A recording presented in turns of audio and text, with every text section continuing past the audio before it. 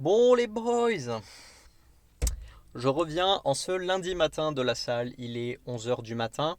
En vrai, superbe séance, j'ai grave kiffé. Donc là j'ai fait variation squat donc en 2 CT pause, donc 2 secondes de pause en bas. Super ressenti, je suis monté à je sais plus, je crois 72,5, vraiment très très bon ressenti. Au niveau bench, je suis monté pareil, j'ai fait 72,5, 5 reps, j'avais un single et derrière j'ai fait 4 séries en back-off PC, donc j'étais à 65 kg, donc 5 fois 65 kg. Le bench là j'ai vraiment senti une bonne amélioration. Le squat j'ai fait 3 séries back-off, donc j'ai fait 3 séries effectives où je montais, je devais être RPE4, RPE6, RPE8. J'ai monté petit à petit, je l'ai grave bien senti, j'ai fait 62,5, 67,5, 72,5. J'étais très bien sur le squat. Et sur les 2 derniers back-off, donc j'avais 3 séries de back-off, les 2 derniers back-off, j'ai capté un truc, j'ai eu un déclic au niveau de ma position. Et genre, je sais pas, j'ai capté un truc au niveau de l'inclinaison de mon dos et au niveau de la remontée, comment ça s'effectuait. Elles sont passées, je les ai fait envoler les barres. Genre vraiment, les 2 dernières ont été plus faciles que même la première qui était la toute première que j'ai fait à 62,5. Je trouvais celle à 65, les 2 dernières plus simples. C'était rien du tout, genre j'ai dû augmenter de 4 ou 5 degrés en maximum ma flexion de dos. Et hop, du coup ça m'a permis de relever un petit peu les fesses et fléchir un petit peu plus en avançant un peu plus les genoux. Ce qui pour moi est facile parce que j'ai beaucoup de dorsiflexion et que j'ai pas de problème d'équilibre. Et en vrai grave bien. Et le bench pareil, trop content. Genre là j'ai chopé un truc à la technique, j'ai capté un pareil, la dernière série de back-off, j'ai capté un truc. Je sais pas quoi mais j'ai capté un truc et c'est remonté. Donc maintenant il va falloir que je reprenne cette sensation, que j'arrive à ressentir ça et cette aisance que j'avais. Vraiment j'étais grave bien. Là j'étais bien ancré au sol, j'ai bien poussé dans les talons, j'ai poussé bien rectiligne. J'avais une belle trajectoire. Enfin franchement là, vous verrez les images. Je suis plutôt fier de moi aujourd'hui, très content de cette séance. Donc voilà, j'ai fait des petites tractions à la fin. Je crois que j'ai fait 60 tractions. Rapidos histoire de, c'était pour me faire plaisir parce que j'avais encore un peu de jus et j'étais bien. Donc on se retrouve demain pour bench et soulevé de terre. A plus. Yo les boys, là on est mardi, je m'apprête à aller à la salle de sport. Je fais vite fait cette petite update parce que j'ai super mal dormi la nuit dernière, genre vraiment j'ai pas fermé l'œil à cause de facteurs que je peux pas contrôler malheureusement. Donc là je suis très fatigué, ce matin j'avais une énorme fatigue nerveuse parce que du coup j'ai pas bien récupéré. J'ai fait une sieste tout à l'heure, j'ai bien manger. Du coup, ce matin, d'habitude, je fais le jeûne intermittent, je mange pas le matin. Mais là, j'étais obligé de manger. J'ai dû manger un peu de glucides, histoire de me requinquer un peu. J'ai bien mangé à midi. Donc là, ça m'a requinqué. La sieste m'a mis bien aussi. Je suis toujours fatigué. Donc là, aujourd'hui, j'ai variation au soulevé de terre. Donc je vais faire du glass deadlift. Et derrière, j'ai 4 séries de 5 reps au bench, RPE 7. Là, aujourd'hui, ça va être dur. Je le sais, ça va être compliqué parce que je suis fatigué nerveusement, mais je fais là tout de suite ce petit update parce que je veux vous montrer, que justement c'est quand c'est dur que c'est là que ça paye. Je dois faire au moins aussi bien que la semaine dernière pour le deadlift et je dois faire au moins aussi bien que ce que j'ai fait hier au bench. Je ne veux pas redescendre. Et on pourrait se dire que oui, mais il faut faire attention quand on est fatigué, etc. Oui, c'est vrai, mais je n'aspire pas à un entraînement normal parce que je n'aspire pas à des performances normales. Je veux des performances hors du commun, je veux des performances exceptionnelles et peut-être que ça peut sonner orgueilleux, peut-être que ça peut sonner un peu trop orgueilleux, mais je veux que vous compreniez que quand on se fixe des objectifs, quels qu'ils soient, il faut se donner les moyens. C'est-à-dire que si demain on veut être champion du monde, c'est pas une fois qu'on est champion du monde qu'il faut s'entraîner comme un champion du monde. Quand on veut être champion du monde, il faut s'entraîner comme un champion du monde tous les jours de sa vie. Et quand on récupère, il faut récupérer comme un champion du monde. Quand on mange, il faut manger comme un champion du monde. Il faut réfléchir comme réfléchirait un champion du monde. Pour devenir champion du monde, il faut que toute votre vie s'axe autour du fait de devenir champion du monde. J'ai pas la prétention d'être champion du monde, j'ai pas la prétention de devenir champion du monde demain, mais j'ai un objectif de champion de France, j'ai un objectif d'amélioration des performances drastiques, j'ai des objectifs à tenir avant la fin de l'année, et pour réussir tout ça, eh bien en fait il n'y a pas 36 solutions, il faut que je m'entraîne comme quelqu'un qui a réussi déjà ses objectifs. Pour ça, c'est même les jours où c'est difficile, les jours où c'est compliqué, qu'il faut se donner les moyens, qu'il faut se faire mal, pas se faire mal au sens se blesser, mais se faire mal en mode il faut se faire violence, et il faut faire le boulot, il faut faire le taf, et c'est comme ça qu'on progresse. Et c'est pour ça que je sais qu'hier j'ai fait 4 x 5 à 72,5, donc aujourd'hui je vais faire 3 fois 72,5 en 5 reps, et la dernière je mettrai 75, si je le sens bien. Après si je le sens pas, c'est sûr que je resterai à 72,5, mais je ne ferai pas moins que les 72,5 que j'ai fait hier, parce que c'est comme ça en fait. Parce que je sais que aujourd'hui je fais mieux qu'avant, et c'est pour ça que je dis quand je vais arriver au bench, quand je vais faire mon Larsen, je mettrai plus lourd que ce que j'ai fait la semaine dernière, et c'est pour ça que je sais que le 3 x 80 samedi au bench va passer. Je sais qu'il va passer. Il n'y a pas de négociation en fait, je sais qu'il passera. Parce que cette semaine, j'aurai fait le boulot. Si je suis très chaud, peut-être même que je passerai un 3 x 82,5. Donc tout ça pour vous dire, voilà, que c'est quand on travaille, c'est quand on se donne les moyens qu'on y arrive. Donc voilà, bon, je vous embête pas plus longtemps, je voulais juste faire cette petite update pour motiver un petit peu, et vous et moi aussi. Donc là, c'est parti, on se retrouve à la salle pour la séance. Je vous filme au moins les high bars, au moins les top sets. Et comme ça, vous voyez un petit peu ce que ça donne, même en étant bien fatigué. Allez, à tout de suite.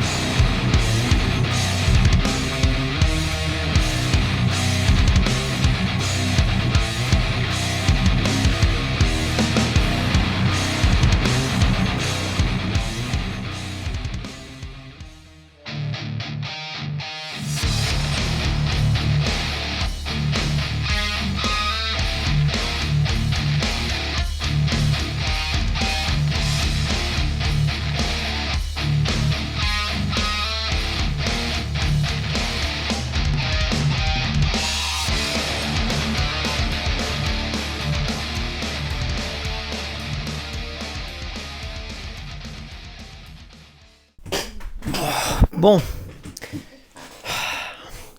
je suis content, je crois que ça se voit.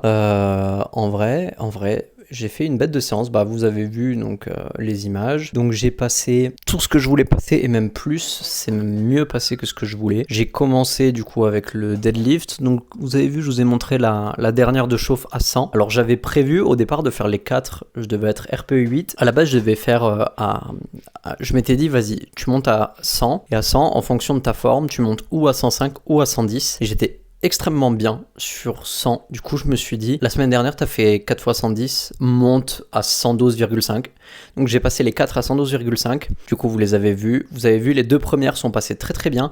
La troisième, j'ai eu un peu de perte technique au niveau quand la barre a passé mes genoux. J'ai le dos qui a fléchi un petit peu. Et la dernière, propre. Donc, j'étais RPE 8. C'était nickel. Derrière, la semaine dernière, j'avais fait 3 séries de back-off. Et cette semaine, j'ai fait 4 séries de back-off. Et du coup, au lieu d'être à 100, j'étais à 102,5. Donc extrêmement satisfait de ce résultat. Par contre, bon, là, la fatigue se fait un petit peu sentir dans le bas du dos, mais bon, c'est normal. Et vu que de base, j'étais pas spécialement hyper en forme, je trouve que c'est une belle perche. Je suis super content. Vraiment, c'est passé. Les barres ont volé. Derrière, j'ai fait du coup le bench. Alors, le bench, je suis parti. J'étais super bien. Je suis arrivé à 60. J'ai fait putain, ça passe crème. J'ai fait la première à 72,5, j'ai fait ouh, je suis bien. Et la deuxième à 72,5, donc celle-ci, vous l'avez pas vue, je l'ai pas filmée, mais j'en ai chié. Et j'ai eu une douleur que je traîne depuis un moment au bench. C'est-à-dire à chaque fois que je fais du bench, quand je commence à mettre lourd, c'est une douleur qui revient. J'ai mal au brachial. Alors, je sais pas pourquoi j'ai mal. Je savais pas pourquoi j'avais mal au brachial. Et j'ai compris pourquoi sur la troisième série, pardon. Sur la troisième série, j'ai eu une sorte de déclic. J'ai capté qu'en fait, je poussais beaucoup trop avec mes bras. En fait, j'avais beaucoup trop cette intention de pousser. Et en fait, je pense que c'est une déformation des dips. Parce qu'au dips, ce que vous voulez faire, c'est déplier le bras. En fait, vous pliez et dépliez le bras. Et les triceps, ça je dis beaucoup, sachant que moi, au dips, j'ai une technique où je mets vraiment l'accent sur les triceps plutôt que sur les pecs, où je suis relativement en arrière. Il n'y a pas beaucoup de gens qui dips comme ça. Mais moi, je suis beaucoup plus à l'aise avec cette technique. Et en fait, je pense que inconsciemment, j'ai transféré ça au bench, où j'ai gardé cette idée de vraiment, boum, je déverrouille le coude. Et là, j'ai eu un déclic où j'ai capté qu'en fait, il ne faut pas déverrouiller le coude. En fait, il faut vraiment, c'est avec les pecs. Je ne sais pas trop comment l'expliquer, mais je sais pas. En fait, j'ai fait ça sur la troisième série. J'ai fait les 2 premières reps et là, je me suis dit, attends. En fait, je visualise. J'ai fait mes 2 premières reps sur la troisième série et je me suis dit, je sais pas pourquoi, hein, au beau milieu de la série, je me suis dit, c'est bizarre que je sente aussi peu les pecs. Je sentais les pecs, mais pas non plus beaucoup. Et je me suis dit, c'est quand même ouf parce que du coup, je vous resitue un petit peu la chose, c'est que ce week-end, je me suis buté sur des vidéos, notamment les vidéos de The Panache, les vidéos de SBD Forever. D'ailleurs, excellent contenu, j'adore ce qu'ils font. Et si jamais vous voulez vous lancer dans la force athlétique, je peux que vous recommander ces 2 chaînes qui sont hyper motivantes. The Panache est peut-être un petit peu plus accessible parce qu'il est un peu moins technique, mais pour les gens qui aiment la technique et qui aiment un petit peu le vocabulaire, etc., Corentin de SBD Forever, c'est génial parce que il est super technique et il explique vraiment bien les choses, je trouve. Donc n'hésitez pas à aller faire un tour sur ces 2 chaînes qui sont vraiment excellentes. Voilà, je viens de faire la pub de gens qui ne me connaissent pas. Mais je les ai découverts ce week-end et je rends à César ce qui est à César, c'est-à-dire que j'ai essayé d'appliquer leurs conseils hier et aujourd'hui et je me disais, c'est bizarre que je ressente pas autant les pecs. Et du coup, ouais, j'ai eu ce déclic au milieu de cette troisième série. Je me suis dit, mais attends, et si je modifiais un tout petit peu mon mouvement? Je pense que c'est même pas visible parce que vous avez vu la première série et la dernière série où j'étais à 72,5. La deuxième série, donc à 72,5, j'en ai chié. La troisième série, du coup, je me suis dit, mais incroyable comment elle passe beaucoup plus simplement. Je monte la barre beaucoup plus lentement, mais j'ai aussi beaucoup plus de stabilité. Et vous verrez sur la dernière, alors après, j'avais toujours un petit peu mal au bras et j'ai pas encore hyper bien caler la chose, mais je sais pas si vous avez vu, j'avais souvent les bras qui tremblaient. Et en fait, ça, c'est parce que vraiment, j'avais ce truc de monter avec les bras plutôt qu'avec les pecs. Et du coup, là, j'ai senti que je tremblais beaucoup moins au niveau des bras, que j'avais plus de stabilité, et vraiment, la barre montait de manière beaucoup plus sécure, quoi. Et vraiment au top. Et j'ai eu ce déclic, donc très content.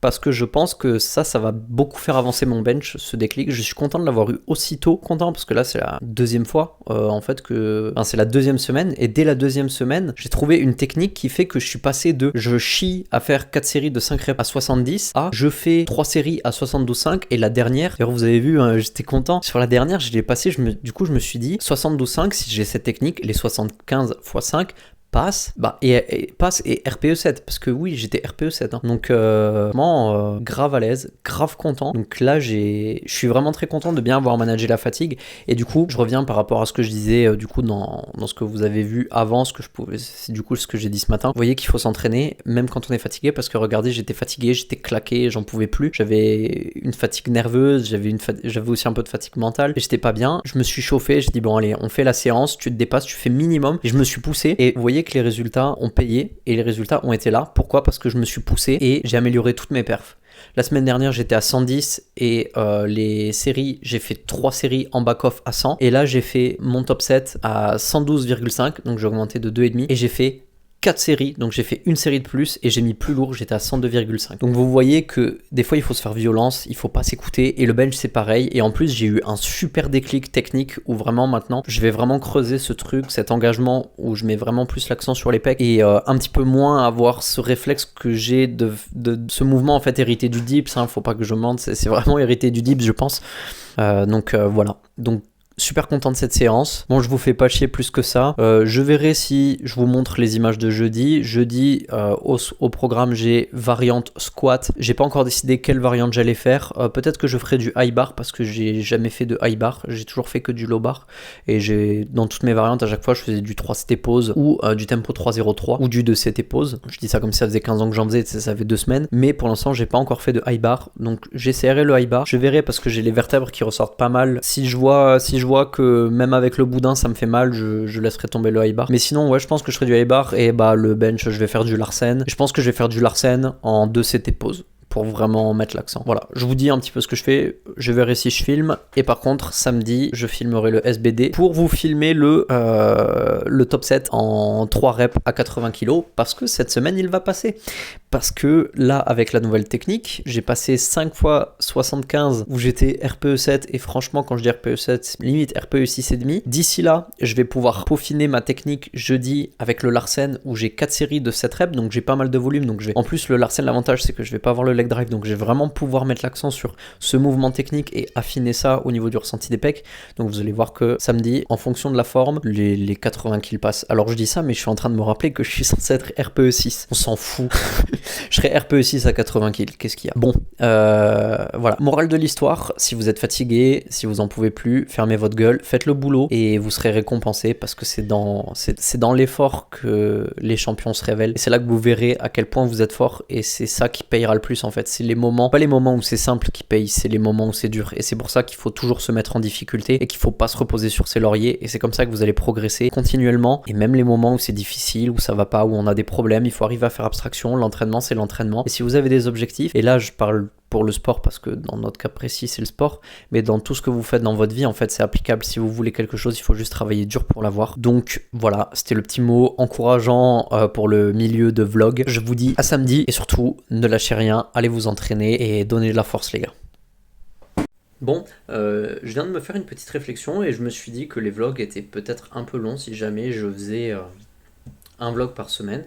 Du coup je me suis dit, et parce que ce que je fais me laisse le temps de le faire, et parce que j'aime bien, et en vrai je trouve ça super cool de partager, de documenter un petit peu tout ce que je fais. Je me suis dit pourquoi pas en fait, plutôt que faire un vlog par semaine, je me suis dit faire 2 vlogs par semaine découpés, comme ça je fais un vlog qui suit ce que je fais lundi mardi, le vlog sort le mercredi, et un vlog qui fait jeudi, samedi, et qui sort le dimanche. Et comme ça, il y a 2 vlogs par semaine. Moi, ça me permet aussi, niveau montage, c'est plus rapide pour moi.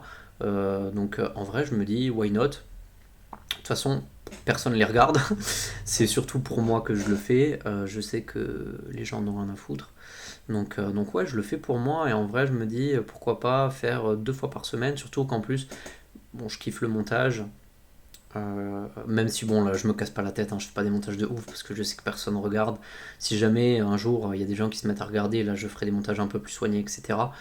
J'ai quand même une des formations professionnelles parce que moi à la base de métier je suis ingénieur son, même si j'ai changé de voix. Donc je kiffe le son et bon là c'est quand même mon petit truc d'avoir un son à peu près potable. Donc, euh, donc ouais voilà, je pense qu'on va passer sur 2 vlogs semaine. Je kiffe. Comme ça là je vais déjà avoir enregistré les images que je verrai, comme ça c'est cool. Ça me fait kiffer. Et du coup, bah en fait fin de vlog. Voilà, fin de vlog.